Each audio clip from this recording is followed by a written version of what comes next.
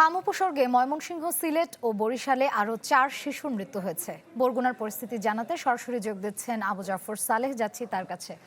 জাফর, হাম পরিস্থিতির খবর জানাবেন।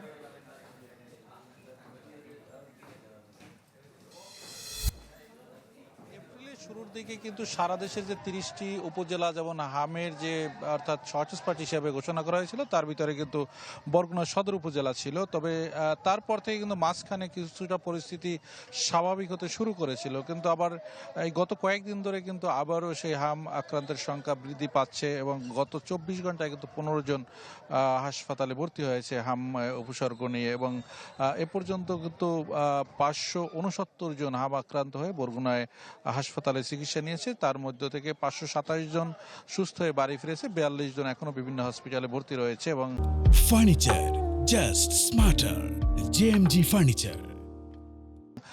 যেটি হচ্ছে যে এখন পর্যন্ত বরগুনাতে 5 জন, যেটি স্বাস্থ্য বিভাগের হিসাবে 5 জন মারা গিয়েছে হামের আক্রান্ত হয়ে, যদিও সেটি বেসরকারি হিসাবে 7 থেকে 8 জন।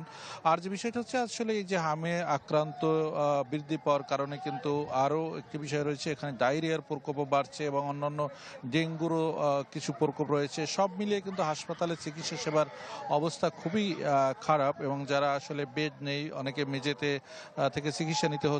আবার অনেকে যারা ডায়রিয়ার রোগী বা অন্যান্য রোগীরা যারা হাসপাতালে চিকিৎসা নিতে আসছেন তারাও কিন্তু এই আতঙ্কে ভুগছেন যে হয়তোবা সেখানে কিভাবে হামে আক্রান্ত হচ্ছেন কিনা। সব মিলিয়ে কিন্তু আসলে অভিভাবকরা কিন্তু আসলে একটি আতঙ্কে দিন পার করছে। আর যেটি হচ্ছে যে চিকিৎসকরাও যে বিষয়টি বলছেন যে তারা সাধ্যমতো চেষ্টা করছেন আসলে সেটি এই যে সমস্যাগুলো সামাল দেওয়ার জন্য, তবে নানান সংকট রয়েছে, সংকটের মধ্যেও চেষ্টা চলছে এবং যেটি টিকা কার্যক্রম ছিল, যেটি একটি মাসব্যাপী একটি যে টিকা কার্যক্রম ছিল সেই কার্যক্রম শেষ হলো, নিয়মিত টিকা কার্যক্রম কিছুটা চলছে।